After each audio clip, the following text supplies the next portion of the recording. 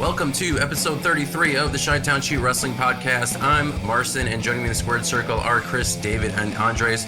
We're coming at you from the heart of the wrestling world, Chicago, Illinois, bringing you the latest news, hottest takes, and all things WWE and AEW. Questions or thoughts, send them over to chitownshootpodcast@gmail.com. Without further ado, how's it going, guys? It's been a little bit. It's been, I guess, 2 weeks. I think it's been 4 weeks since we did a non-interview. So it's kind of nice to just chat about a topic. What's new with you? I'm just coming down from my THC drink. I had to make some coffee. Oh, no. You decided to drink that before the podcast? That'll be interesting. I was like, well, no, it wasn't before the podcast. I drank that shit like 2 hours ago. I'm like, man, I better come down. Yeah, but I feel like, wouldn't that still stay with you if more than 2 hours? I would feel like. I feel like that stuff sometimes hanging in there. It's subtle. I had 20 milligrams or some shit. You don't even. You got 2 more cups. No, I feel like that's a lot, especially because you don't do it that frequently, right? So I'm a lightweight. Yeah, exactly. I feel like 20 is a lot. I was gonna say that's a lot for me. So yeah, where'd you get it? ESO. That's gonna say. Maybe you bought it. How does the edible affect you? Ooh, man, I remember. Quick story. I was at I forget what pay-per-view it was. It was WWE pay-per-view when it was still WWE Network, and he was hosting it. And he just came back from California. He was my old boss, and he was doing like some bodybuilding show out there or something. And he brought this like California brownie, and he said it was some small amount. I was like, all right. And then like a little piece, and then I ate that shit. And then he read the label like 30 minutes later. He's like, oh, it's actually a little bit more than that. I was like, oh fuck. And then couch locked. It looked like I was looking over my eyes like this. I was like, what the hell? Hell yeah. Everything was heavy. Which show was it? Do you remember? It might have been like it was winter, so it might have been like a payback or something. Kind of cold. Wait, how long ago was it? It was like 2018, 2019. Okay, yeah. I don't know if it was payback in December. I don't know what they normally have back in 2018. I don't know. It might have been something else. One of those weird one-off ones that nobody remembers.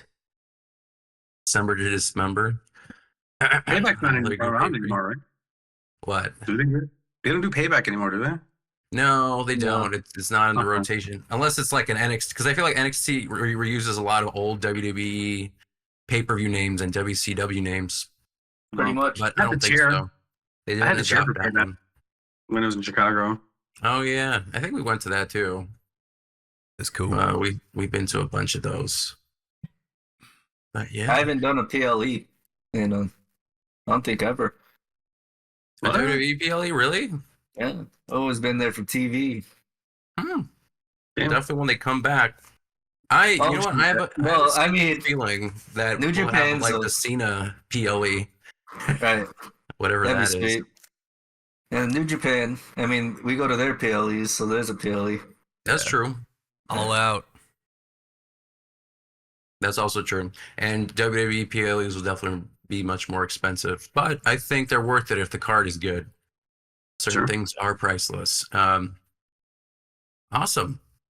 So let's get into the first segment. So a lot happened this week, I feel like, in news. One of the biggest stories of the week involves Saraya Paige. For folks who only watch WWE, she announced her departure from AEW, and this was posted exclusively through Entertainment Weekly, and they basically got segments from her podcast. It was the first episode of her new podcast called Rulebreakers with Saraya. She stated she had an amazing time with AEW and there isn't any bad blood. She said, and I quote, "I'm here to tell you that me and AEW's relationship has come to an end. I had an amazing time there. There's no bad blood between us. I had such a magical time." And then I got to thinking, what is there left for me to do in wrestling right now? Right now, there's really no storylines where I would fit in. It's just me thinking that I just don't fit in right now. I feel like I might be taking someone else's spot, someone who could be doing something really special. That's not to say that I will never come back to AEW. I absolutely love it. But I'm taking a little step back and focusing on myself for a bit and putting my energy into the podcast with all the crew here. What a wonderful crew I have here. Thank you, AEW. Thank you to the AEW fans. I love my effing time there. Tony's effing awesome. And anyone that goes to work there will just enjoy their time. It's just great. And I'll miss the girls' locker room. I'll miss you, but don't be an effing stranger. You know where I am. I see some of you outside the company anyway. So what did you guys think when you heard the news for the first time that Saraya was leaving? What were your initial thoughts, David? Like, wasn't so much like, oh, where she's gonna go next, but like I felt like it was a given that she was just gonna get out of there. Other than being a manager, she wasn't really doing much. I mean, she got a run, so that's a W, right? That's true. Andres, any thoughts, initial thoughts when you heard that she was leaving? No, I kind of saw some speculations online about like her what she was even doing anymore, but like yeah, I mean, I wasn't really like too terribly surprised that like she was announcing that she was leaving. But I was more curious though, like where she would be going. But to hear that she's just gonna probably take some personal time, that's cool. But no, not really. I didn't because I can't remember like even the last time she was on TV personally because I haven't really like kept up with AEW as of lately. Right. But no, I mean it's. I like what she said though, saying like, hey, maybe this is a better opportunity for someone else. So no, I like that though. But it's kind of cool that she's just came into the contract saying, hey, this is just me doing me for right now, and who knows, maybe I'll come back. So right. Chris, what do you think? Did she win that championship at Wembley? Like, was it 2 years ago or 3 years ago? At All In, I think it's been. No, she won at Grand Slam. Oh, it was Grand Slam. I'm pretty sure. Let's see. Yeah. I mean, she did everything I think she would initially ever do in that company. You know what I mean? Maybe they could have used her a little bit more, but the roster started getting really stacked, and then they were focused on other storylines. So, there was nothing for her there, so it makes sense. That's true, but like, what does that mean that there isn't anything for her? Like, Tony Khan couldn't, like, it's not like Paige is some kind of up and comer, like I feel like you could have used her, but do you feel like there was maybe also some limitations, especially with like her, I mean, because she basically had the Edge route and the Daniel Bryan route where like her neck and all that was such a big issue that she had to retire. And then I don't know what happened, if it was a different doctor or what, or I mean, maybe Edge and she got some medical medical marvels and new technology that could have healed her neck and be able to put on matches like Edge has, but I don't know. Dr. Nick. She did win it All In. She lost, or she defended it at Grand Slam. She didn't lose, but she defended it. Okay. So she won at Wembley, right? Yeah. Yeah, so I mean that was like the pinnacle of what she would probably ever do in AEW. At least there. Yeah. I mean, she stood on the screen for a while because she had the Outcast, and then she was running around with Harley Cameron before Harley Cameron broke out on her own. Like, she probably could have had something with Tony Storm because of the Outcast stuff, but, I don't know. I guess that just wasn't in the cards. It also seemed rather mutual, too. I mean, she's also like, no, I don't really know what else I could do right now. So, I mean, I'm sure Tony probably threw ideas at her, too, as well. And they probably talked, but she just felt herself, too. I'm like, I don't really think right now. I mean, it is pretty stacked over there. The roster's pretty good in their female division. And then Jamie Hayter's still there. Yeah. You got one, Britt. So they just let her go, didn't they? Nah, that was a rumor. That was false. Yeah, not she's in the Owen, Gotcha. the Owen. So she did say that there's no bad blood and that she had a magical time in an AEW. Do you feel like it was a purely personal decision, or do you feel like there's more to that story? I mean, there could be more. I mean, sure, why not? But Mhm. she's probably like, oh, I got paid a boatload of money, so I better not talk any shit, at least publicly. That's a possibility. Yeah, I mean, like, yeah. Go ahead. I don't think anybody was like I don't think there's any like actual bad blood like she said. But I mean, obviously we don't know everything, but it did seem pretty okay. That she's just okay. I'm done here. But who knows? And it's not like she's like because I feel like the framework is also kind of strange because she's not like some can say a Chris Jericho where he's been in the business for 30, 40 years. And some might argue that maybe he can potentially be taking someone's spot, but she's only 32, 33. She's been in the business for a bit, but that's because she started wrestling at like 16 or 18 years old. But she's still very young as a wrestler. And I just don't think that I wouldn't put her in that kind of position where like she'd be taking someone's spot because I feel like she deserves it and she still has more to give. But I guess if she thinks otherwise, that's up to her. Do you feel like do you guys actually feel like there was nothing for her there in terms of story? Like if you were a Tony Khan, like where would you put her in AEW right now in terms of feuds? I mean, she probably could have had another title shot like that. That could have been, a part two to, or I guess like some kind of a rekindled feud with Tony Storm. But maybe the Tony Storm stuff got so hot where it was just like, all right, we got to focus on her, all in on her, and just kind of put to the wayside as a tag team maybe for a second. What happened to that? Can you guys remind me like what happened with that tag team and Outcast, yeah. the whole faction. Tony broke out, and then Ruby's taking time off, and one thing after another. Harley's Just kind of broken off on her snowballed. own. Yeah. I mean, like David, if you were in Tony Khan's shoes, do you feel like you'd be able to put Saraya somewhere, or do you feel like You got enough TV. yeah, exactly. That's like as far as I can think about it. It's like you got enough TV, but Yeah, you have Collision, you have Dynamite. right.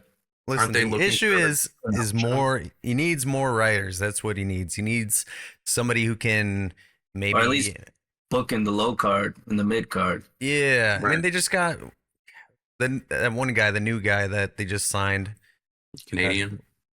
today. He had like the Bret Hart glasses. Oh, Kevin Knight. Knight, Yeah, Kevin Knight. something like that. Yeah. Sorry, Kevin Knight. If that is your name. That's not more sorry, sir. You said they signed him today.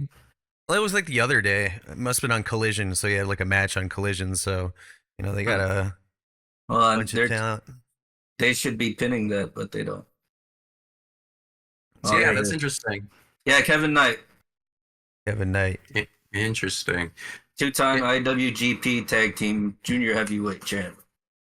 They need more writers so that way they can place people appropriately. You know what I Because mean? his roster is huge. It's still huge. And I mean, we've already had this Right. conversation before about like feuds and wrestlers and tag team. I mean, whatever you want to say, tag teams, single stars, people that get super hot and then like disappear, or they show up again later, but there's no explanation why. It either gets cut short or what. And I feel like that has been an issue for a while.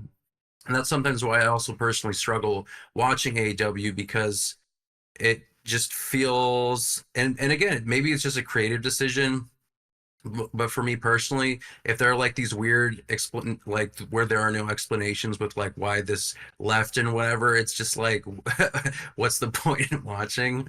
Um, Those random disappearing low card feuds like 2010s WWE. yeah, yeah. And like with WWE, and like that's also why like for when WWE was booking in that direction too. I mean, that's why I also ended up stopping eventually because uh it's easier now to stop because there is an alternative, and back then there wasn't as much of an alternative. There was TNA, but they were also kind of flailing in the late 2010s after Hulk Hogan and Eric Bischoff and all that stuff, and then the rebranding. um so I didn't have much of an option watching there, but now that I see that there is a different way of going about it, it's much more appealing, especially with my limited time of watching wrestling a week. Like you could watch wrestling every single night.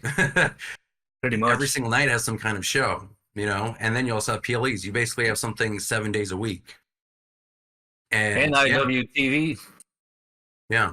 And sometimes you're a Exactly. big booty daddy 9 days a week. So I know she said she's focusing on her new podcast, Rulebreakers with Saraya. Do you feel like she's shifting her career towards other parts of media entertainment? Do you feel like she's just taking a break from wrestling right now? What do you think when you read the tea leaves? It sounds like that to me when she's saying I'm just going to focus on myself and then focus on my podcast. I don't think she's going to be like jumping into the next company for wrestling, at least not right now. But like to your point, she's still young. She's still got time. So she could take like a year off and do the pod for a little while. Yeah. And then jump, I'm sure WWE will take it, I'm sure. She went Or home she to might play the guitar. but I mean, yeah, I don't no, want no. to use Jericho again as another example, but like he also has a podcast and he could he balance does. a number of He's things. got a band. He's got And, He also went Yeah, home to play the so- guitar. that. does. I don't know. He actually does. Does he play? No, he He's a just, Nah, workaholic. he's on vocals. He don't play maybe shit. maybe he plays the guitar. I don't know. Nah, maybe. I think he does. Or he knows how to. I think I've seen footage of him playing it. He has musical inclination. I'm sure he can strum a few chords or some shit. I'm sure. He solos like Corey Feldman and shit. Yeah. Yeah, what kind of guitar he just absolutely shreds. I mean, God bless him if he can. That's It's the only I part he grew does. up with all the shredders. Everybody was shredding away. Yeah. I mean, He's like, that's "What's the your sound you favorite want. part, kid?" He's like, "What's your favorite song, kid?" And tell him, he just fucking nails it. Actually, tell me if I'm wrong, because Sasha Banks could have Mhm. rivaled her too, no? Or I'm sorry, Mercedes Moné. She could have rivaled her too, Yeah, Yeah. or no? Yeah. That Do would we, be know, interesting. do we know what is the actual like diagnosis with her? Like, is it that she can only do limited amount of wrestling and it has to be like short matches, or she can only take certain kinds of bumps? Do we know like what the details of that are? Because I don't personally, because I feel like maybe that also affects it, because it's not like her AEW title reign was that long either, right? Like, didn't it Right. just disappear in like a month or less?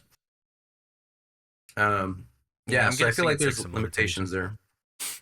yeah, and I'm sure it'd make a world of difference, like having a facility to practice at Right. and getting up to speed instead of trying to just get right back in the fire. That's the other Yeah. thing. Because most of the WWE people, if they get hurt, even especially for coming back from a long time, they train for like 3-4 months before you see them on TV. Yeah, I mean they have facilities, and I mean they have the whole shebang. Things that, Except Like- Sheamus, he got called in early. I mean, so that's a kind of a good segue into the question. So she does have a history with WWE. Do you feel like there's a possibility that she goes back to the Absolutely. E? Eventually. And if she does, what kind of role do you see her have in WWE? I mean, there's definitely the elephant in the room of her. Essentially, she could have like easily fit into the women's revolution stuff, where she left like right before that shit started to pop off.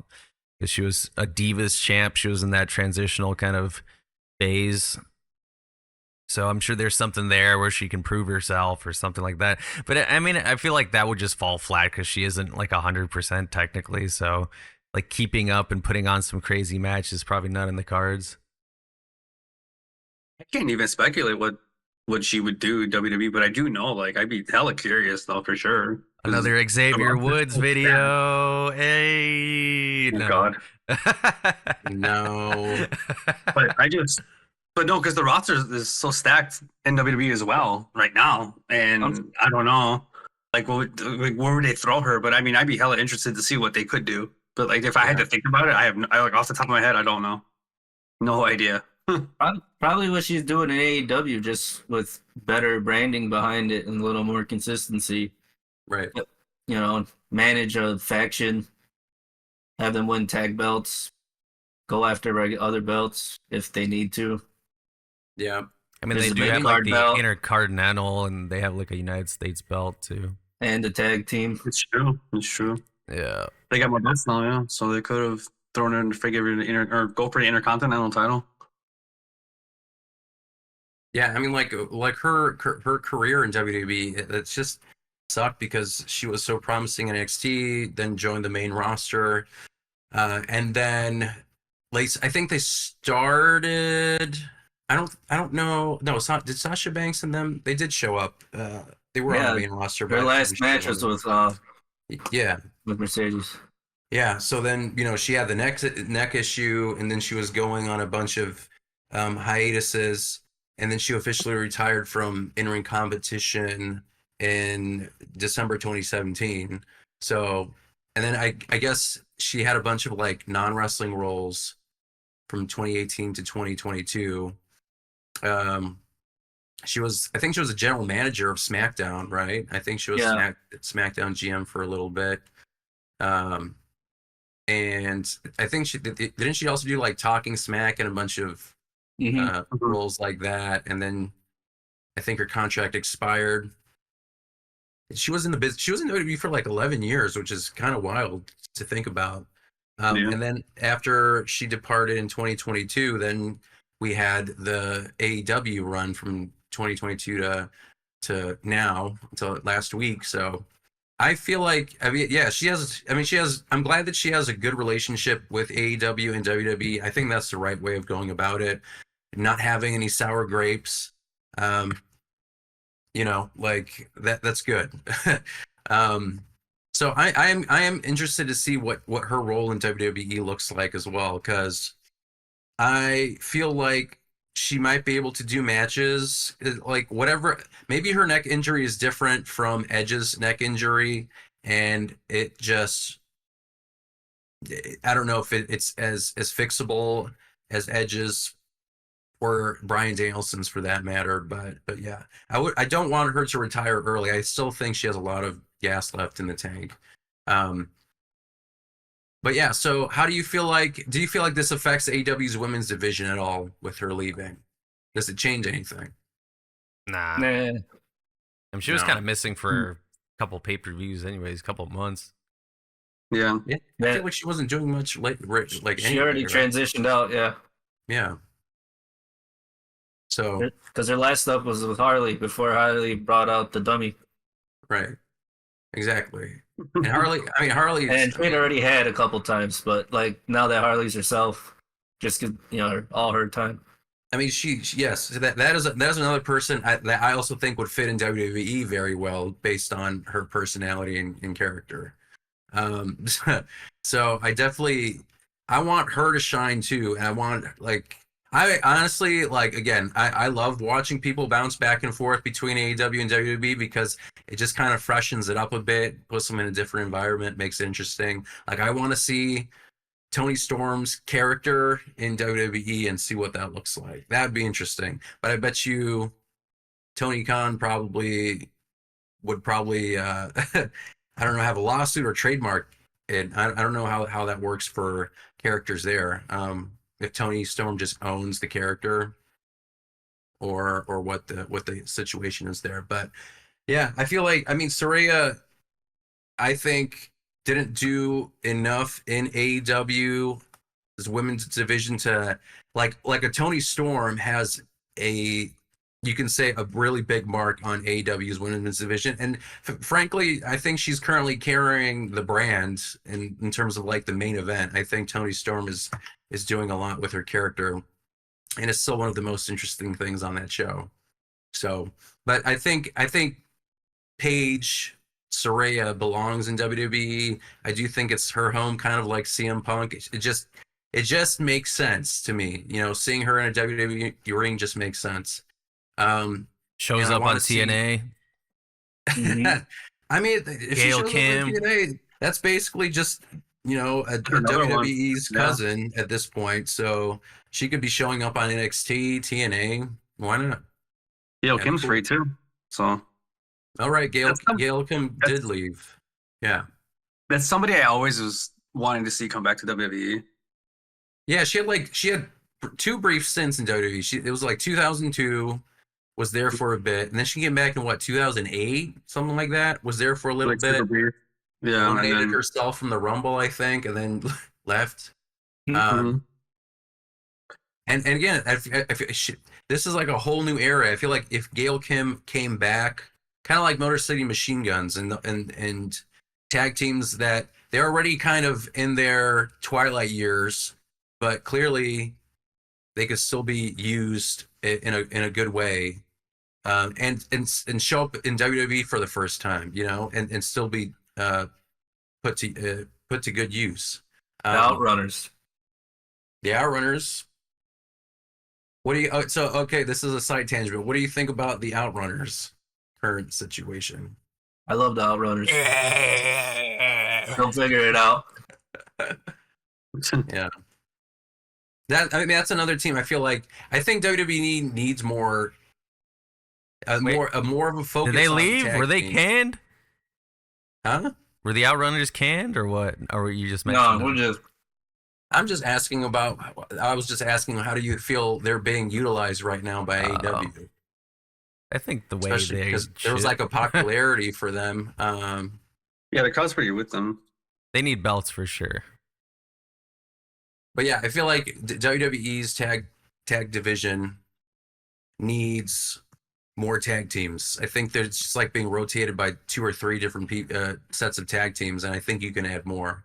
And I understand, you know, limitations in terms of hours and who you want to highlight and not highlight, but yeah.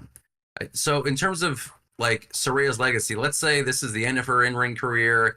How do you feel like she'll be remembered as a wrestler from both WWE and AEW? Kind of I don't want to say blueprint, but I guess I'll say blueprint for kind of the current generation of women that are wrestling on some level. Like there's a lot of like influence as far as like attitude, appeal. I mean, you could almost say Rhea Ripley kind of copied her swag. Rhea made her I mean, swag for real. Yeah, I mean, you could say, I mean, people say China as a comparison, which was before Paige. she's buff. Yeah.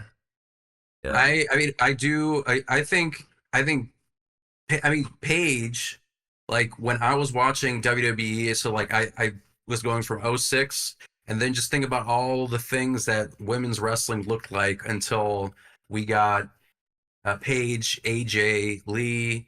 We had other women get a little more matches, but for That's sure, Phoenix Natalia. when you had like Triple H's NXT wrestlers start migrating over to the main roster, getting examples like Paige, and then you got Charlotte and Sasha Banks, Bailey. yeah. I mean, like Paige was one of those early, like with AJ Lee, like the 2 women that everyone was very excited about. They're like, wow, this is something different. They're actually cool. They and again, this isn't the fault of like, because people like to crap on the Bellas at the time. And again, a lot of it came down to how they were utilized and what they thought was important wasn't important. It's not their fault that they had to do 30-second, 1-minute matches. Right. And that culture permeated, and everyone else kind of viewed it that way too. They're like, oh, here's the bathroom break, time to go get your popcorn, because, you know, the Bella twin magic's happening and it's going to last like 20 seconds. heyo, but yeah, so it's not their fault, but I think Saraya and Paige have been like a big influence. I think she made a huge impact in terms of the direction of like mainstream wrestling. I think she was very involved, and that's when I was like, when I thought like, oh, the four horsewomen. I was like, oh yeah, Paige is in there. I'm like, wait, no, she's not. But I feel like before them. yeah, she was before them. But I feel like she should be in that conversation. You know, Right. I understand that Charlotte and Becky and all those like they did take it to the next level, but I did feel like Paige and AJ were those catalysts. You know, that's when that whole give divas a chance thing, and even with the Bellas too. I mean, that's when the whole give divas a chance thing was happening. So yes, I hope Paige shows up. I'm gonna say she shows up at WrestleMania 41. This is gonna be a Cody Rhodes situation. Damn, Said she goodbye in interrupting? like January, February. That's a good question. Maybe the triple threat that I think is going to be a triple threat at WrestleMania with Io Sky, Bianca Belair, and Rhea Ripley. I feel like I could see that happening. And I'm just going to send it out into the air. And you know, even if not, I just want her to be a manager or something, because she's still a really good character, Right. and she has a lot of history in WWE. So there's a lot of history. Oh, with Charlotte, you know what? Charlotte Flair has a match with Tiffany. I think that'd be more interesting, actually, for her to show up for that. That'd be awesome. So I'm gonna predict it now. And we're going into our next segment of WrestleMania, and we'll talk about the road to WrestleMania. But let me end this segment saying I think Paige will interrupt the Charlotte Flair Tiffany Stratton match. Maybe there'll be some shenanigans. Make Charlotte Flair look good, have Tiffany Stratton retain her belt, and then have Paige somehow involved. I think that would be cool. But with that, we'll end that segment there. And now our main segment is about I don't want to say like just WrestleMania moments. I want to talk about the brand, the cultural event known as WrestleMania. I want to have that conversation. Points at sign. Yeah, points at sign. If I had one, I'd point it right behind me. But yeah, the impact that it had, the evolution of what it was and what it is now. You know, the cities that host it. Like, how does it affect the cities? What's involved in hosting? You know, getting the spot, having a conversation about that. Why certain cities get it and why certain cities don't get it. I want to talk about like those kinds of things. But before we get into the nitty gritty of WrestleMania as a concept, what do you guys think of this year's Road to WrestleMania so far? It's cool. Anything that sticks out to you, like anything that you're most excited about? I mean, definitely just the conclusion, or at least chapter 1 of this John Cena stuff. Where does that go? Does he take the belt? I think he personally does, but I mean, just kind of curious what the crescendo is going to be. Apparently, Ric Flair is going to be at the front row watching his streak broken. He's gonna break his hip jumping over that barricade. I honestly do want to see that happen. I want him to be in the front row and watch John Cena get a 17th belt. Like, that'd be amazing. In the cuck chair. Yes, exactly. Watch him that's his king getting humiliated in front of 80,000 people, sitting in a chair, and he can't do anything about it. That's an expensive cuck chair. That's like $5,000 right there. It ain't nothing for the wheeling dealing. Woo! Woo! Yeah. Bankruptcy dealing, yeah. So yes, I think the John Cena. I think that's the most interesting one. I also think. Did you guys see that segment with? I mean, David, I know you made a comment about CM Punk shedding a tear because he got the main event of WrestleMania. I'm glad that it happened. I mean, Roman Reigns was like, what did he say? He's like, I already had like 10 or something. This is just a paycheck or whatever. Yeah, he said one man's dream is another man's favorite paycheck. Yeah, exactly. Roman Reigns in that segment. I'm like, yes, more of this, please. I enjoyed it, and this new, I don't want to say new chant, but this is, I guess, it's very European specific, and they did it for Cody Rhodes and for Roman Reigns, and they just started singing. I love that. I hope it translates into American live audiences too. What were they doing? Roman Reigns. Yeah, Oh, Roman Reigns, and then they had Paul Heyman. Like, was it Roman Reigns who put the mic up to his mouth? But he was also singing it too.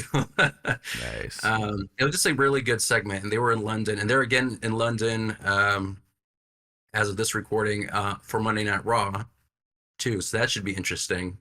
And hopefully John Cena cuts a different promo, because I will agree with you, David, that I liked the first promo that he did. I actually did enjoy it, and it makes sense, because having someone who's like a Superman just suddenly be a bad guy, it needed to have some kind of reasoning behind it. And this makes sense because it's true. People did crap on him, but people were also nice to him the last 2 years. So that's a little wonky there.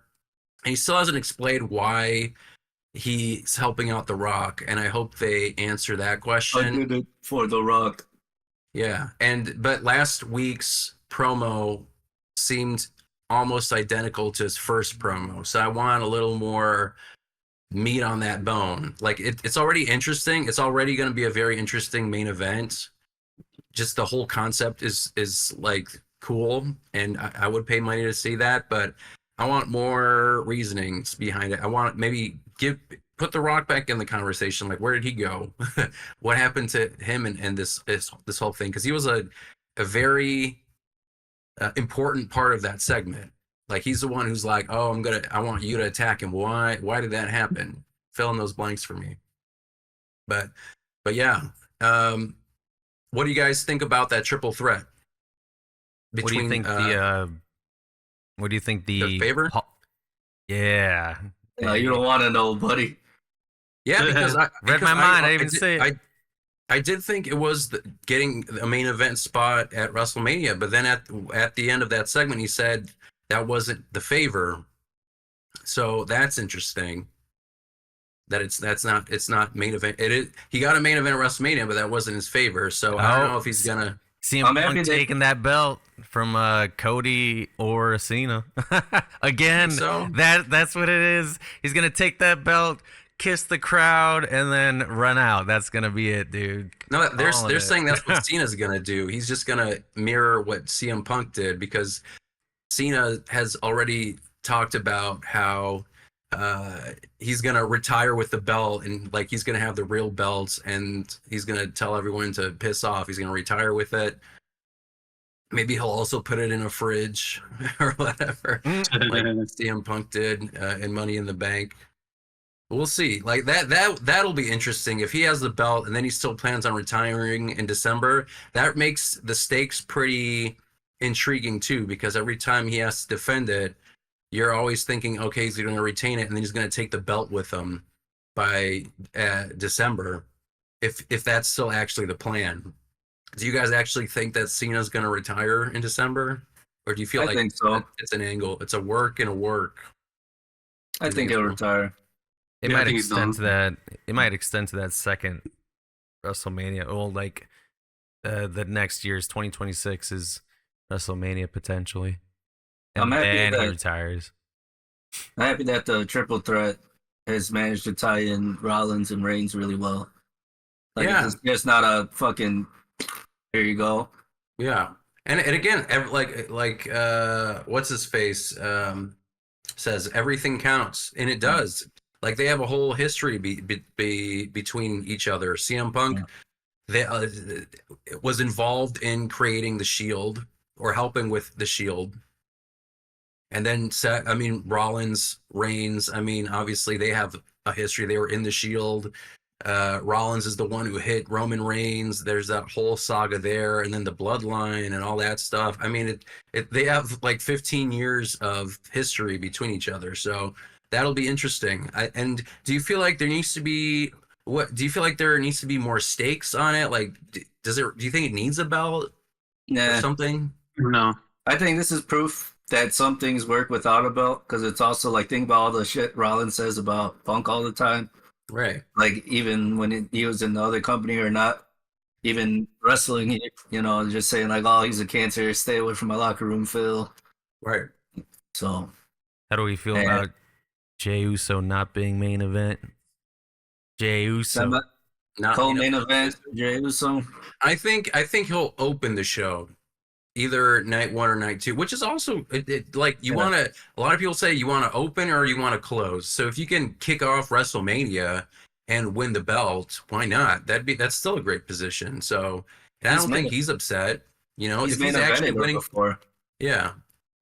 He main evented with the tag team titles. Right. Like Jey Uso has more main events than CM Punk in WrestleMania. So, and that's the other thing why I don't think anyone has an issue with it, because CM Punk legitimately has never main evented and everyone else has had some kind of main event. So I think it is a bone to throw to CM Punk, because I do think that he was supposed to wrestle for that belt with Seth Rollins last year if he didn't get injured. And obviously plans changed, but now they worked it into a new main event, which is great. Like because I wasn't sure what Roman Reigns was going to do, and this makes sense to me. And Paul Heyman is a core issue between CM Punk and Roman Reigns. That's going to be interesting. What that's going to look like. I don't know if it's going to be Paul Heyman betraying Roman Reigns. That would be interesting, but that would then make CM Punk a heel potentially, if that's the favor. Hey, why not? That'd be intriguing. But I think CM Punk. I don't know. You know what? Let me retract. Who do you think is going to win that triple threat at WrestleMania? Who makes the most sense? And then where do they go from there? Probably Roman. You think Roman Reigns should win? Yeah. Why? Just to, well, I guess it depends who wins. But it's Roman. Yeah, right. Is he for us? Yeah. It depends if it's Cody who wins or Cena who wins, I think. Because I don't think they want to do I don't think they want to do a repeat of Roman Reigns versus Cody Rhodes. True, but I mean, I guess just to have him as a force to be reckoned with, I guess. I mean, why? I like. Go ahead. I like the idea of having this summer feud with John Cena and CM Punk. I think that would be actually really interesting, because the coin flips, and now John Cena's a heel, CM Punk is a face, and John Cena, like I said earlier, is doing what CM Punk did at Money in the Bank when Cena was the face. So that just makes for fascinating TV, and I hope that's the direction that it goes. So I think that CM Punk is going to win the triple threat, and that gives him a reason to fight for the championship, because you just beat two giant main eventers, former world champions, in the main event of WrestleMania. Maybe what it is maybe the winner is going to have a shot at the belt. Maybe that's what it's going to be if they add a stipulation. Well, I was saying like the favor is like, let's say Punk wins the main event, and then you get night 2 main event for the belt, and then the favor is somehow he gets interjected into the WWE championship. You know what I mean? I don't know about that. I feel like that'd be too stretch, kind of. I mean, they could find a way. Technically, anything's possible. Yeah. But like, Paul Heyman doesn't have like what does he have control over Adam Pearce or some weird Rock stuff? I mean, he's an agent. That's what Paul Heyman does. He's a manager. He's supposed to get his clients in better jobs and better positions. I guess. So all he's got to do is be like, "Hey, Paul, main event." That could be interesting. It's a faction with Rock, I was thinking of Punk, more long Cena. game. I was thinking more long game where they're going to do something through the summer, not blow their load immediately in the next night of WrestleMania, and then It's the 10-year anniversary of Seth Rollins' heist. Is it? Oh yeah, you're right. So yeah, there's a lot of things that they could check. But Priest just did that too last year. What did Drew McIntyre call him? A Timu Undertaker? Yeah. On SmackDown. It's pronounced Temu. Timu. Um, awesome. Great. Well, now that we're talking about WrestleMania and WrestleMania season, I want to get into the business of WrestleMania. Just the concept, like I said, the culture, the impact, how it's evolved over the years. And let me start with a pretty more general question. What do you feel like makes WrestleMania more than just a wrestling show It's a to spectacle. you? Man, took the word right out of my mouth. Literally. Yeah. Took it All out right, of my think of a mouth. Celebrities. different word. Celebrities, events, Yeah, it's worldwide. It's, appearances. It's a pop culture phenomenon. I think if it wasn't for the design of the original WrestleMania and kind of how it got ingrained into pop culture, the roots have been set deep as fuck into it. That Mhm. when people just hear the name WrestleMania, it's like, oh, it's gonna have that show where there's a bunch of crazy stuff that happens, so celebrities and all this kind of stuff. So it gets a similar treatment to how people treat the Super Bowl. Yeah, that's what I was gonna say. They call it the Super Bowl of wrestling, so because their tickets are up the wazoo, and celebrities do There's actually Super Bowl prices. Yeah. Mhm. Yeah, they got Super Bowl prices now. I mean, I'm sure Super Bowl prices are so much higher, but Mhm. the what nosebleeds at WrestleMania now are like $500 just to get like high up seats. I mean, it's insane, and I hate it, but They got these apparently overpriced meet and greets too, and people have money for it. I mean, if it ever comes to Chicago, I'm definitely gonna go. Same. Oh, yeah. Right, Pull out a loan. Yeah, pull out a loan. New credit card just for the ticket. It's a good thing I have a good credit score. they gotta build that one stadium first, though. That's in true. Arlington. Or something with a dome if they're going to do it still in April. And I'll talk more about that later. But how has WrestleMania evolved into a global spectacle? 4-day extravaganza. That's And true. they're there. They're there the whole week, and they start their media that Monday Night Raw, basically leading into that Monday Night Raw, and go all the way. Yeah, Sometimes even the day after. I mean, it's yeah, probably, and they also have like they have a whole season to it. You know, like Right. it's 3 months buildup, and the two other shows are connected to it. That it all affects this specific event, and a lot of the times it does feel like a season finale of what they've been building towards this in the year. So yeah, global spectacle. It's when do you feel like it?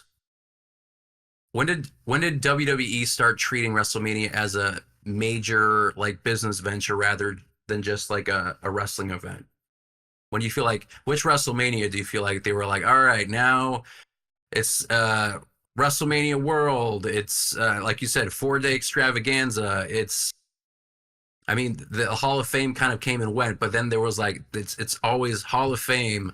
Like they have their own convention basically. When did that start?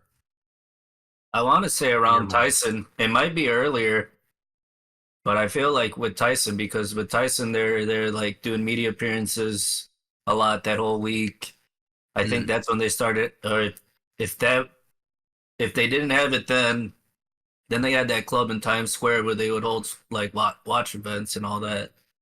Yeah, and they would do things for pay-per-views, and they do even bigger things for Mania. mm-hmm. I think it just snowballed from there, because I mean, I feel like, so the WrestleMania I remember most out of early ones would probably be like 17, Mm-hmm. and that felt huge. Like even if you go back at it now, like it feels huge. Like there's performances.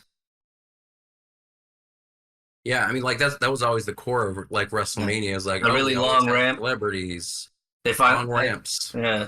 elaborate stages, fireworks, a whole fireworks show that's probably Right. worth millions of dollars.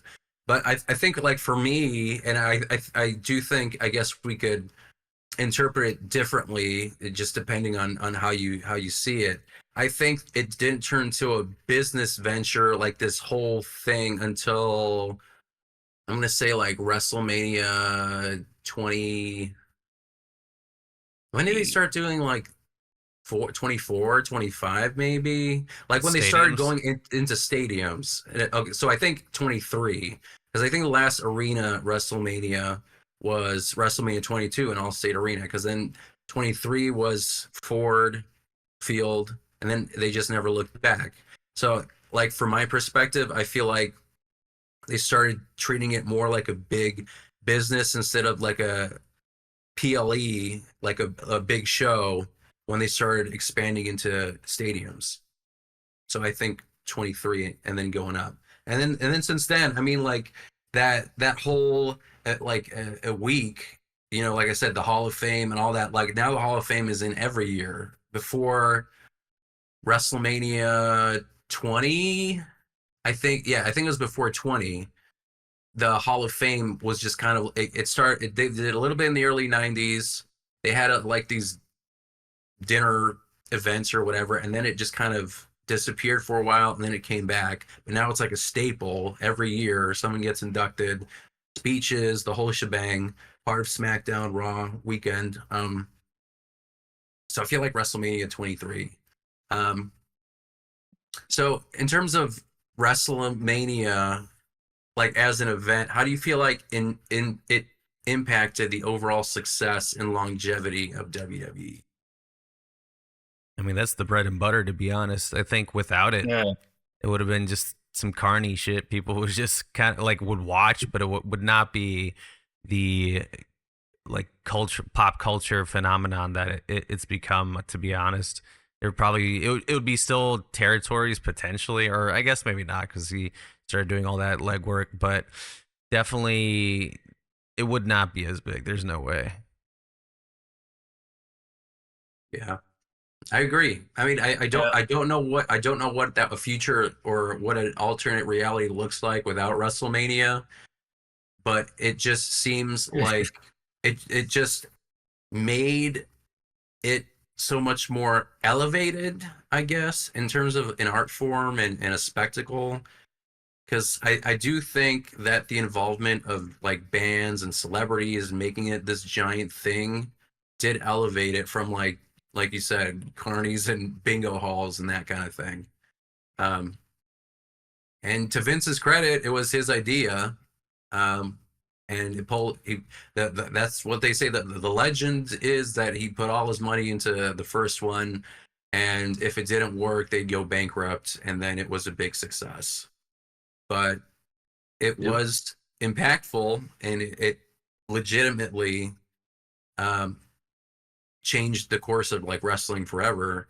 And they just kept expanding and evolving WrestleMania. Now WrestleMania, I mean, like you said, it's the term is part of the lexicon.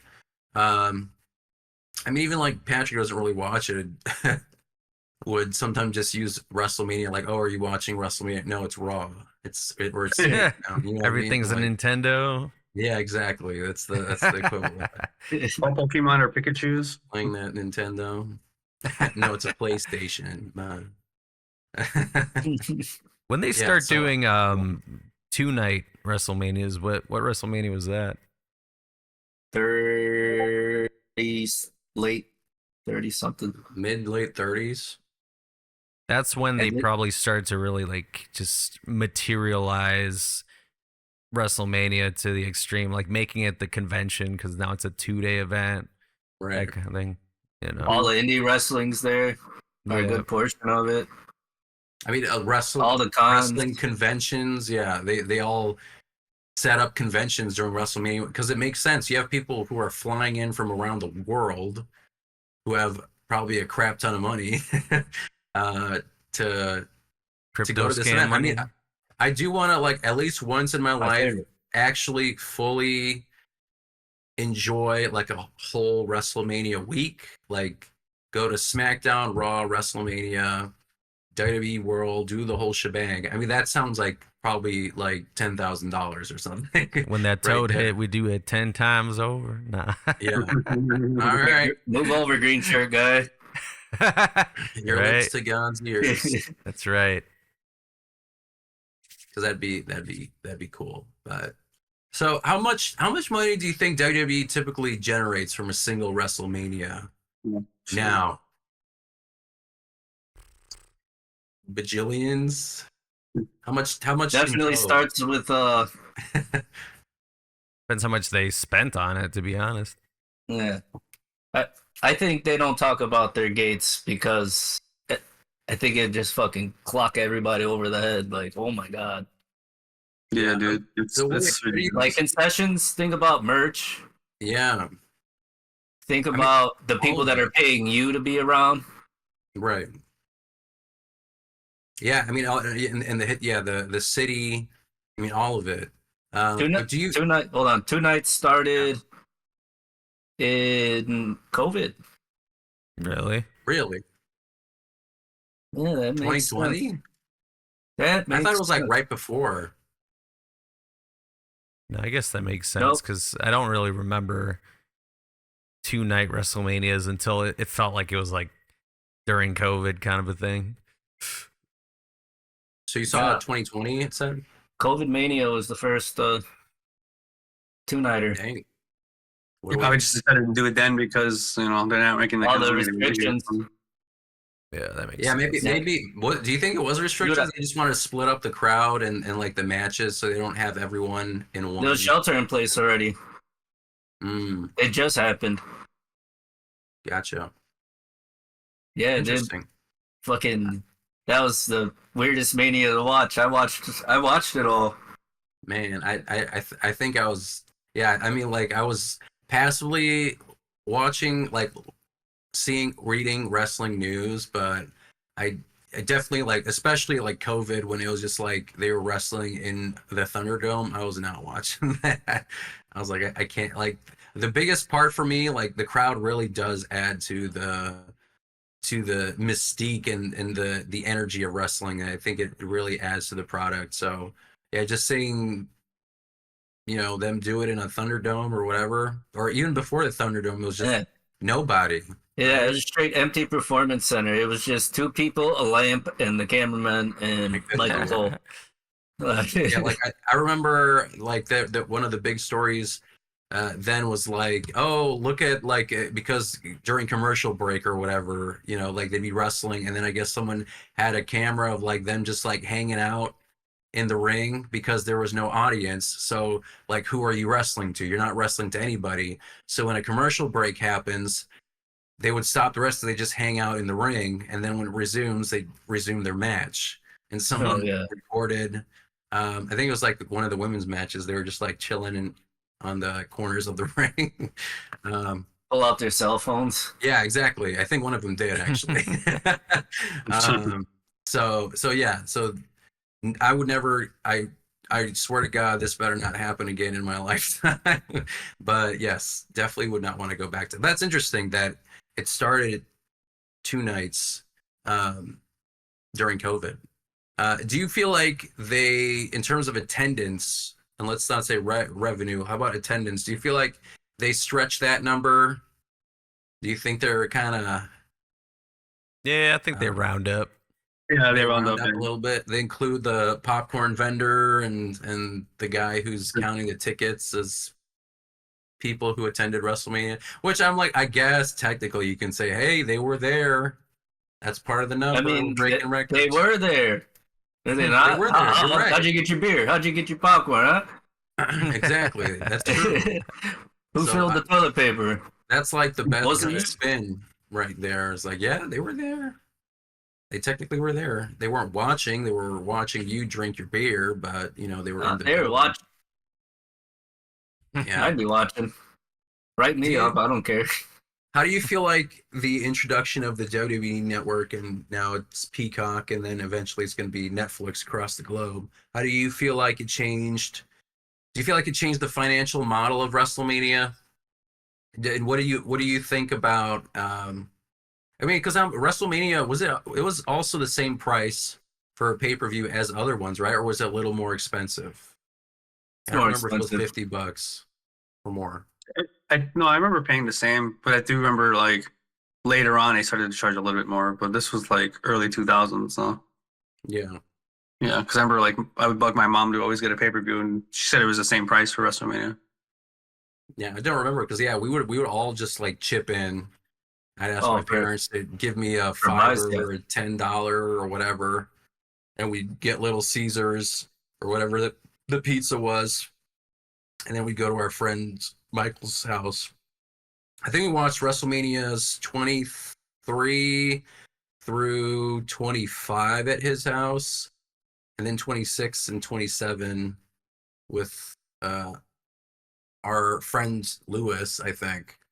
And then they changed it to streaming at WrestleMania. I think 30 was the first time they had Yep. Peacock. Yeah, I remember No, it's that. network. Or network. Yeah, sorry. $9.99, baby. I was like they were like one of the first people to do the network, and WrestleMania I think was the first pay-per-view that they showed on there. But that was such a godsend for me because we didn't have cable at the time, I don't think. And this was just like another opportunity for me to watch wrestling on demand. And I was a big fan of documentaries. Like I read Bret Hart's book. I read I read a whole bunch of wrestling related books, and we had like a library of documentaries. I was so fascinated by it. So having the network there with all documentaries and specials and all that kind of stuff, that was a game changer. And their streaming of WrestleMania 30, I don't think it crashed at all. I think there might have been a slight hiccup, but it was good. And they were No, the yeah, it was first pretty people good to do for it. it. So in terms of ticket prices, because we talked about nosebleeds being $500 and tickets prices rising, do you feel like WrestleMania has become too expensive for the average fan to attend? What do you think about that? I It's so mean, pricey. I'm guessing it has something to do with just overall production and it being a multi-night thing. There must be something that's just adding costs to it. It might be renting the building or something. But You don't think they're just like, because we can? is it Ticketmaster that you buy through? Well, it's Endeavor that makes the prices Okay. Yeah. are a part of yeah. And I mean UFC is pretty expensive.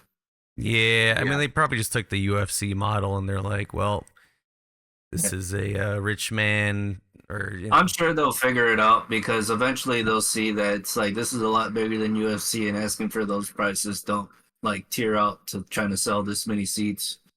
Like Do you think WrestleMania is bigger than UFC? I think so. For sure. I think Mhm. Name a UFC card that could fill up a stadium. That's true. What about What are you the saying, Super Chris? Bowl? Or Chris, Chris, what were you saying? I forgot. I was too high in THC. I forgot. So what about like versus the Super Bowl? Do you feel like it's probably not bigger than the Super Bowl? No, That's a that's whole American different- football, yeah, that's its own thing. right? And I think the Super Bowl is played around the world too. So and it's not like a pay-per-view format. It's just on a channel. TV It's it's publicly on regular available. TV. Yeah. on Tubi. Because I was gonna say, I mean, like I guess commercials, like 5-minute commercials or 30 seconds on a Super Bowl commercial is like millions of dollars. Right. I'm assuming, in terms of, I guess for WWE, in terms of advertising, they're probably charging a lot now that they have the entire ring mat to sell, and every Yeah. turnbuckle, and every And the barricade. LEDs. Yeah. The LEDs, the countdown clock is like brought to you by, I don't know, Blue Chew Wingstop. Countdown. Yeah, Wingstop. Strapping the rocket to it, man. Yeah, strapping the rockets. Brought to you by Blue Chew. How do you feel like sponsorships and corporate partnerships influenced WrestleMania's presentation? I'm sure there's some hefty contracts, I'm guessing. Oh yeah. Pay you a couple $1 million just to advertise it a couple times on your show. Yeah. Blue Chew. Well, did I get the answer? Do you guys feel like WrestleMania is too expensive now? I'll say, yeah, it is. But I mean, it's also to whoever wants to pay that kind of money. I just think for the average person to be like, the nosebleeds are $500. I don't know. Have you seen those It's- eggs? Yeah, no, that's it, right? So, I mean, I do feel I understand that it is a big spectacle, it's a and huge that I investment. don't know. I just wish it'd be so like nosebleeds for 500. Come on. I mean, what do people Yeah. pay for like the Stones and like other things like that? Like, I'm not saying that they're equivalent. You're right. Yeah. Yeah, you're just Like you're just Elton making an John, objective yeah. comparison. Yeah, I agree. I just think it sucks. Yeah. Speaking of Stadium that, shows are You gotta pick and expensive. choose too. Like, what do you want to do now? Because WrestleMania is not one night, and it's also not like, and they got all these other events that like make you want to wish you can be part of those events too before the show. You know, Right. the What if 2 nights is 800 was that during or 750? a 2K game that you got the Hulk Hogan ring mat thing? You know what I'm talking about? Oh, yeah. I was like, what are you talking about? Yes. Yeah, it was I think it was 2K14. With the I don't know what Legends happened thing? to it actually. Yeah. I got WWE 2K14 and it was like I think was it a Hulk Hogan like special edition? I think it might have been. Yeah. And it was it WrestleMania? It might have been WrestleMania 30. But Silver yes, Dome, brother. so they were selling like pieces of the ring. So you get like a very tiny square of the ring where Hulk Hogan was standing Spit and on the having a ground. conversation. Yeah, spit on the ground, and he signed it. I don't know where it went though. That's a good question. I don't think I threw it out. Burned it. Maybe I did after I read all the racist news stories. I was like, screw this guy, and I chucked it. But Bonfire.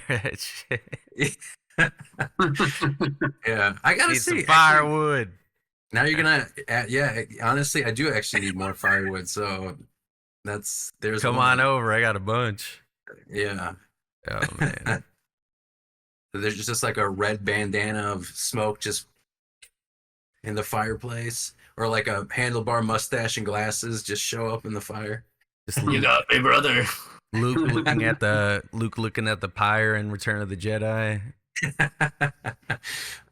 With the Vader helmet and the barbecue pit. Yeah. Yeah, that's a good question. I got to look into that.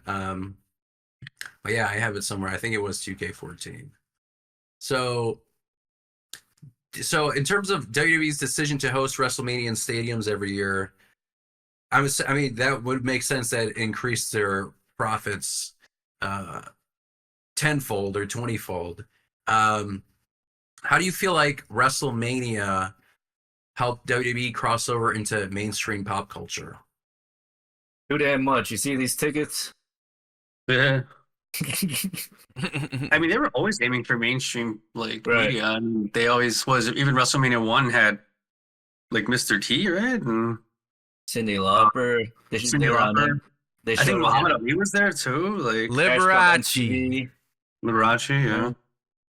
Yeah, I mean they had the who's who and the whoever was popular in the 80s. I mean, that was a big deal. And I do think it was that kind of like snowball effect that just kept going into other WrestleManias. Now, I will say I do think there might have been certain lull periods during that time too. Like there was a big spectacle, but like I don't know if you look at WrestleMania 9 or 8 or 11 or whatever, like what I feel like it varied in terms of spectacle and you know intrigue as a pop culture phenomenon. I do think it then regained its like resurgence in terms of like quality and intrigue with the Mike Tyson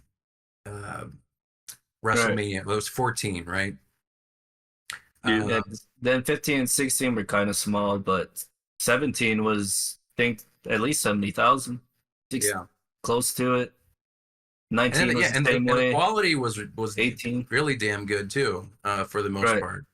And that was almost on a consistent basis from every WrestleMania forward. There's some that obviously had like some stinkers. Like I felt like WrestleMania 27 didn't have the greatest match card. I mean, you had like uh, Jerry Lawler versus Michael Cole. Wasn't that what the match was?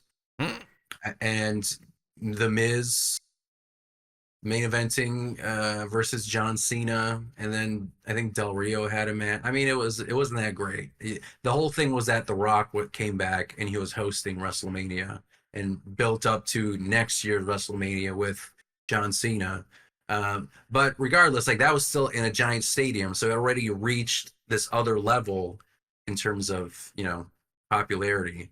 But yeah, I think WrestleMania helped WWE as a brand cross over into mainstream because of the celebrity connection. And I know people complain about it, and I've complained about certain celebrities who show up, but I understand the reasoning behind it because it is effective. It does make people talk. And if you use them well, like, I don't know, having Snooki in a tag team with Maria Menounos or whatever, I don't know. Johnny Knoxville, Yeah. baby. I feel like WWE doesn't do that kind of stuff anymore. Like it's Well- one thing having a celebrity kind of come over and like chill, but like getting him into a rival with a wrestler again, unless I'm completely oblivious to it recently happening, but like I don't know, I Well- feel like that era has been kind of like gone. Well, they've have celebrities who are actually wanting to wrestle now with yeah, at least Bad that. Bunny. Bunny, Logan Yeah. Paul. Bad But I mean, Bunny. like someone who doesn't wrestle and didn't even know Yeah. wrestling either. That's where I'm like, I feel like they're getting people who actually love the business too and being like passionate about it. So like that's cool. But I'm talking about like curious that to see if equipment. I'm curious to see if Triple H will ever do something like that, where he's like, let's get not Betty White because she's not alive anymore. Well, like getting someone who doesn't know how to wrestle well and involving them in a match. Do you think Triple H would put someone up to that? I think the closest thing recently, now that I think about it, was probably Speed. I mean, he just took a spear, but he took it very well. But I mean, Yeah. like, And he wasn't even he's in the also athletic. match. No, he was. He filled in Yeah. for Tozawa. Yeah, Mm. he filled in, did a backflip, got eliminated. Yeah, but it wasn't like a match that was advertised, right? Like that was Just a just spot. Yeah, it was just a random spot. yeah. It Yeah. wasn't like, oh, like we booked Snooki ahead of time. Like we're advertising Snooki in Yeah, a tag team Yeah. match. I got you. Yeah. You're gonna have So Conor that's kind of McGregor what- do it. Or oh my God, who was the other person? I mean, Logan Paul, Bad Bunny are two really good examples of celebrities that make sense to put in matches. I mean, Logan Paul's basically a full-time wrestler, well, part-time based on the amount of screen time he has. But yeah, he's basically part of the roster, and it makes And sense. Travis Scott's going to be a wrestler, or not be a wrestler, but he's training to wrestle. He said. Travis Scott. Yeah. Good for him. I'm trying to think. There was another person that I forgot. It was recent. Who was wrestling? It'll get back to me. But yeah, I think it's important to have celebrities in wrestling because I do think it allowed WWE as a company, and then just the art of pro wrestling, because WWE is kind of simultaneous with that for a lot of people who only know wrestling by that. Some people just watch WrestleMania and that's it, just because they're interested in the event. Like they don't look at the product week to week, but they still get the show because they enjoy it. And I do think having those mainstream thing like celebrities really add to that kind of intrigue too, and bands and all that stuff. I'll say too, I think the celebrities that are kind of getting a little bit more involved with the business are also fans as well. So I think that's actually a big plus. Instead of getting entirely just getting people who are just popular, these are actually popular people, but they're also fans of the business, so they understand. So I think that's a much better Boom, decision. AJ, boom. Yeah. Oh, now I remember. Okay. The the Jackass guys, they had a match with Sami Zayn Johnny at Knoxville. WrestleMania Maxwell. 38. Yeah. So, but I think that was still a Vince decision, right? Like that kind of match with the giant hand and the mouse trap. Like I think it was a great match. I think most people enjoyed it too, and Sami Zayn really made it work too. It just kind of sucked that was it the mousetrap or whatever it was, it just didn't like trigger or actually work. And I don't know if they just retried it or whatever it was, but it just had that not that smooth finish, but it was a very enjoyable match. But I don't know if Triple H would do like a whole match like that in the Triple H era. And I guess we want to consider the Triple H era as actually WrestleMania 40 going forward. Because I still think that 39 Vince had some kind of involvement, like via Skype or phone call or whatever. Satellite. Yeah, via satellite. So that'll be interesting to see if Triple H does also do that for his WrestleManias going forward. Does he do giant gimmicky matches like that where he puts a wrestler up with the Jackass crew and then has everyone come out and do that, like an actual advertised match, not a spot. So okay. They announced one tomorrow. Yeah, right. Watch. So which WrestleMania moments you guys think had the biggest mainstream impact outside of wrestling? I think we touched on a couple. I'd have to get it to Tyson. The Tyson one, yeah. I mean, like I think he wasn't in the twilight of his career, but was he actively boxing still then? I think he was. He had just started getting in trouble. Yeah, I think he was a little controversial then, but I think that's what they wanted. Got to give it to 45, baby. Donnie Trump. Hair versus hair. I mean, that was a pretty big build. Yeah, that was. It was, yeah. I think that it might still be one of the highest grossing WrestleManias, WrestleMania 23. Was the one with I think because of that match specifically. Oh yeah. It was Bobby Lashley who was in Trump's corner, and then Umaga was in Vince McMahon's corner, I think. Both of those guys had some shitty corner, man. Yeah. And then, like, do you remember when Trump like speared Vince or whatever, and then they started wailing on him? Yeah. Hell yeah. And he came out with all the divas. That was wild. Man. Also, the buildup was crazy. Like, didn't they have like the Rosie O'Donnell impersonator eating cake? That was wild stuff. If you actually like crazy. watch that back. But was Mayweather 23? No, 24. Dude, that was another one. That was another one that was pretty big too. Mayweather versus Big Show. Which was actually a really good match too. Like Big Show put on a good match with Floyd Mayweather, and I think Mayweather actually did break his nose. He did, yeah. Yeah. And when did that feud start? What show was it? It wasn't at WrestleMania 24, obviously. Was it a Rumble? I don't remember, but it was like that. I think that's how it started. I wasn't watching then. But that was really, and then they also had one of the best Undertaker matches with the Streak with Edge. Like legit thought that Edge was gonna win. Like 3 count was like this freaking close. Not that it was crazy. That was good. So you're saying D Trump, huh? D Trump. I mean, so Tyson had just gotten his boxing license revoked when he showed up at Mania for Mania.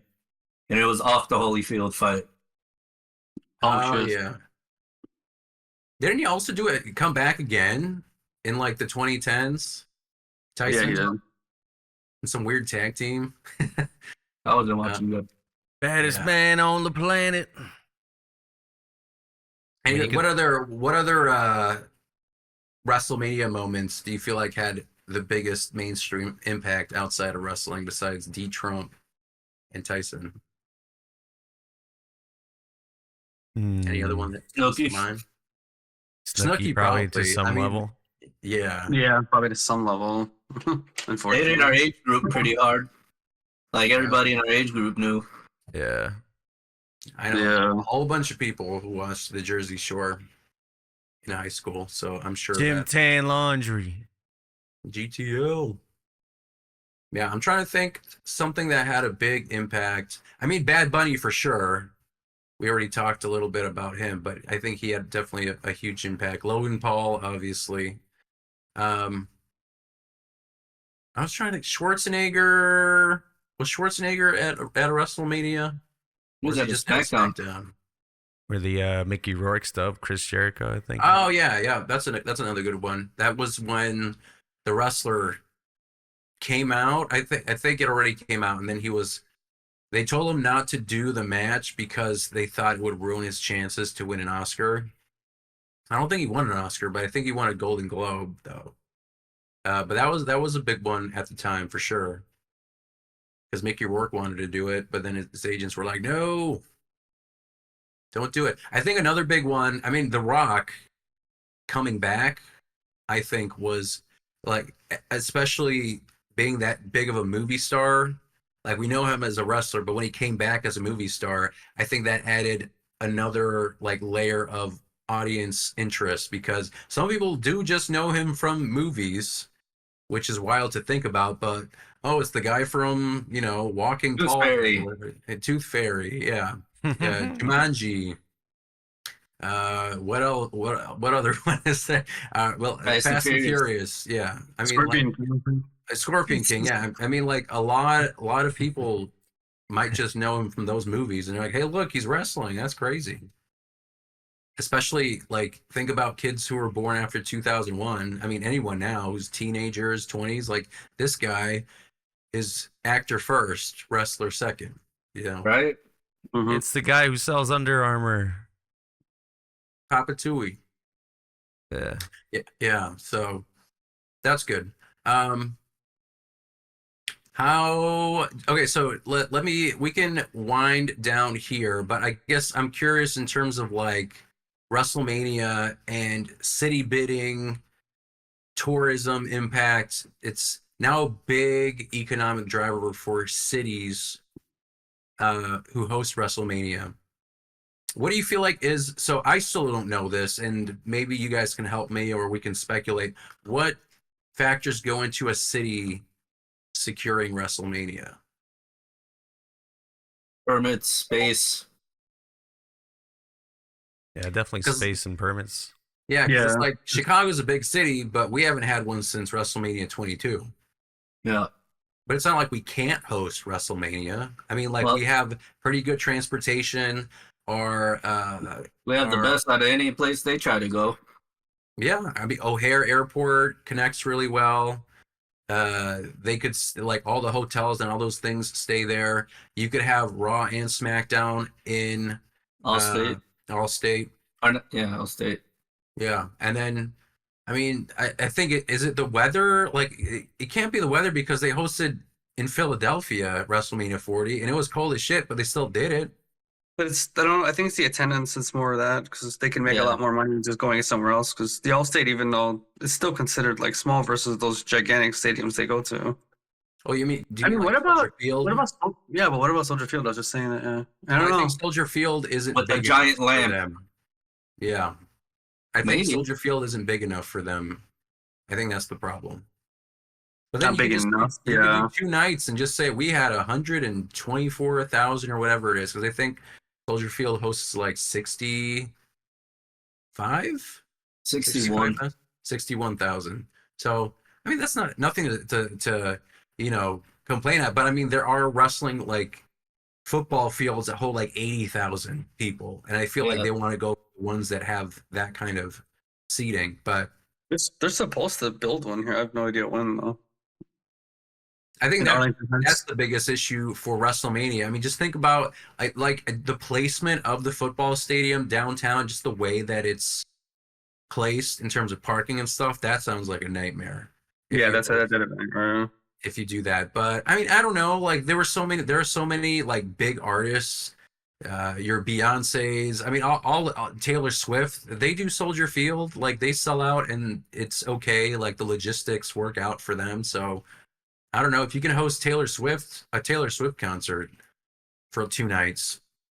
You can probably Taylor's got to think bigger. That's true, but Chicago. I mean, like, come on, Chicago is a big wrestling city. We gotta give us. Well, did they already announce? They said 42 was New Orleans again. Is that what it was? Let's see. So, see, like, why do you think like places like New Orleans get like 5 in the past 10 or 15 years? Do you think it's the weather? Like, because I feel like a lot of it's New Orleans, just warmer places, which I guess makes sense. But Vegas. Well, Yeah, because the Caesars Superdome. Yeah.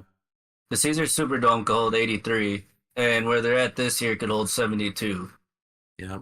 So we probably just got to crack extra 10,000, I guess. Really does it? Crack into those 70s. It adds up. It adds up, I guess. Do you feel like we'll get an international WrestleMania in the future? Yeah. Inevitable. Yeah. Wembley. See, I feel like it's got to be. Yeah, they got to do one at Wembley. And I know that they say they don't view AEW as competition, but I know they're petty, for sure. Especially like was it you, David, who shared like there were certain events where they were also scheduling wrestling events at the same time as certain AEW shows. Yeah. So I think they just do it because they like to be petty. Well, so like another thing too is just like there's so much wrestling out there that sells whenever they're already in town, because think about how much easier it is to travel in Europe than it is in the United States. Correct. Yeah. Train. I mean, you have like a whole continent that you can travel across. Right. And so many different countries who can come together. Yeah, like my sister. I'm sure there will be plenty of Americans who will fly out to London to see it too. Right, my sister went from like the Netherlands to Italy for like $8. Right. Yeah. And I'd be happy to watch a WrestleMania at like 2 p.m. in the afternoon. That's fine. Saturday, 2 p.m. Got my lunch, some coffee or whatever. Why not? I mean, we do it for like things like the Olympics and all that kind of stuff. A lot of it happens during the day because depending on what city's hosting internationally, you're watching it in the morning. And they're already basically doing it, like they're already evolving their product now. Before, when they were recording events like in London, for example, we would just watch a pre-tape show, and now they're like, all right, we're doing it live. You can watch it at 2 p.m. or not, that's your problem, but they're doing Raw at 2 p.m. tomorrow because it's in London. So I think that's the direction, and I don't know which WrestleMania it's going to be. It's probably going to be in the next 5 years. I'm almost positive that it's got to be London or something like that, somewhere in the UK. I feel like I know Cena kind of teased it that one time, but I don't think it was empty words. I do think they're actually looking into it. So I think that's interesting. So I think that does it. That does it. Actually, you know what? Let me do one closing thought in terms of the legacy of WrestleMania, like as a cultural phenomenon. Where do you see how do you see WrestleMania evolving in the future? What do you hope changes going forward? Do you want a 3-day WrestleMania, 3 nights? Do you want to go back 1 night?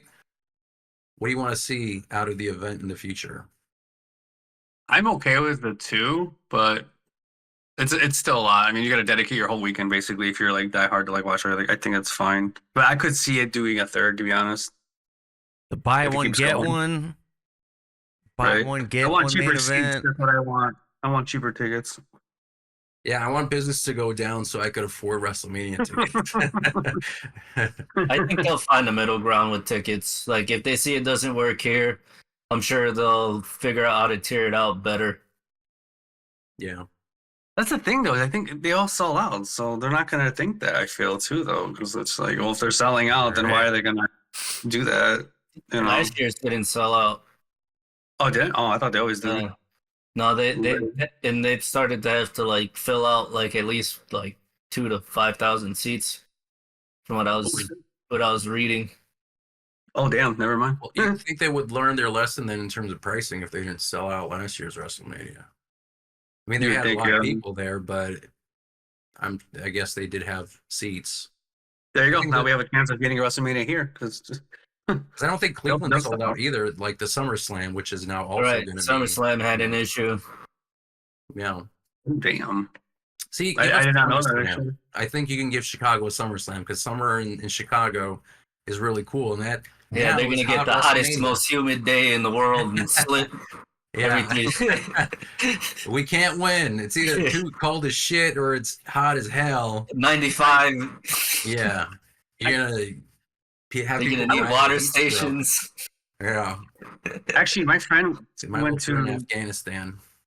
I had a friend who went to. Was it 22 that was here last time? The last time they had WrestleMania. Yeah, last time it was at Allstate Arena. Yeah. Okay, so he went to the show. Like his sister surprised him with tickets on his birthday. They went. As soon as they got through the door, he said that the tickets were fake. And I was like, "Oh my god!" But somehow they were able to get tickets for it next door to Ticketmaster station that was across the way. I So was they like, "How did did you get twice. tickets?" Still?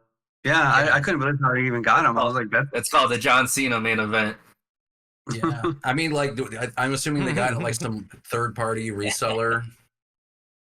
I don't know. He said he had to rebuy them from the Ticketmaster station that was like outside, but like they somehow were available still. Right. And they got in, and he said, yeah, they were like super high up, but you know, in the Allstate, you can still kind of see the ring no matter where you're sitting because the seats are elevated from the row behind. So, but no, I'm like, holy crap! Because when he told me they were fake, I'm like, okay, so you didn't get in there, right? He's like, no, we still got in somehow. I'm like, that's wow, okay. So It's extremely fortunate. I think one thing that I would change, and I think maybe they're changing this year, is the way that the Hall of Fame goes on right after SmackDown. I think that's how they've been doing it for like the past 2 or 3 years. Right. I feel like it should probably be a different day because it used to be just like at a theater, you still had fans, but now it's like you have the whole arena, which is Right. cool. But I don't know. I don't know how I feel about it because sometimes I feel like people are. I don't know. I remember when they were doing like the Bull Nakano speech and stuff. The people weren't always. I don't know if they were rowdy or what, but yeah, it wasn't cool. Sometimes they just weren't. They weren't being nice. So I feel like the Hall of Fame should be on a different day and maybe just have it at a separate venue instead of wrapping it into SmackDown, because I also think it affects the wrestlers too. It's like, all right, we just did a wrestling match. Now I got to shower, put on a suit, do all that immediately after the show. And then the crowd is also probably tired because they just had a 2-3 hour show. Now you have 3 hours of speeches. So I feel like that affects a lot. So I think going forward in the future, the Hall of Fame should be separate. And that's also still one of my favorite things. I always enjoy seeing wrestlers get inducted and then telling stories. So that should be cool. And what you I think you brought it up, David. One thing that they're changing this year is that they're now inducting matches into the Hall of Fame during WrestleMania week, which I think is interesting. But someone also said, and I agree, that means Shawn Michaels and Bret Hart are going to have like 6 more rings or something, because I feel like a lot of WrestleMania matches Michael Jordan were them, like involved them, you know. Maybe they won't get a ring. Maybe they get like a friendship bracelet or something. Plaque or pieces of Exodia. Right. Yeah. When you get 5, you get a ring. Pieces of Hulk Hogan's ring that he stood on. You got me, brother. Yeah. Anything else that you guys would change before we wrap it up for the future WrestleManias? Find a damn location in Chicago. Yeah, exactly. Give us or maybe one, have like a I don't know, maybe it's kind of dumb, but like maybe have like a city, like I don't know, like do a vote or something like that, to where like whichever city can like conduct more votes for them to bring it to their city, we kind of thing, or some kind of challenge to be like, oh, help the fans decide where they want to go, or yeah. you know. Indianapolis is going to have one, but it's not next year. I'm assuming it's going to be in 2 years then, right? Or something like that. Soon. So, I mean, I guess that's their way of compromising. They're like, well, Chicago's right there. So it's basically a WrestleMania in Chicago. I'll But I'm go. going to say it's not the same thing. It's not. It's not that bad of a drive either. I've done it. No, it's not bad. It's not bad at all. Because, like, we visit our friends, Esau and CJ, who are at Chris's place right now, I think. Or did they leave? They might have left. Okay. But, yeah, like, it's, what, a 3 hour, I guess, drive? It's not terrible No. to Indianapolis. And that time change. Yeah, that's the only thing that I hate is like, all right, you're going 3 hours and then you're also pushing forward another hour, which sucks. But then when you get back, you get an hour back. So Yeah. But yeah, I think we all agree that one thing we want to change in the future is for Chicago to have another WrestleMania. But that's a wrap for this episode of the Chi-Town Shoot podcast. Please don't forget to like, subscribe, rate us, and leave your feedback. Tune in next time for more wrestling madness. Until then, keep marking out.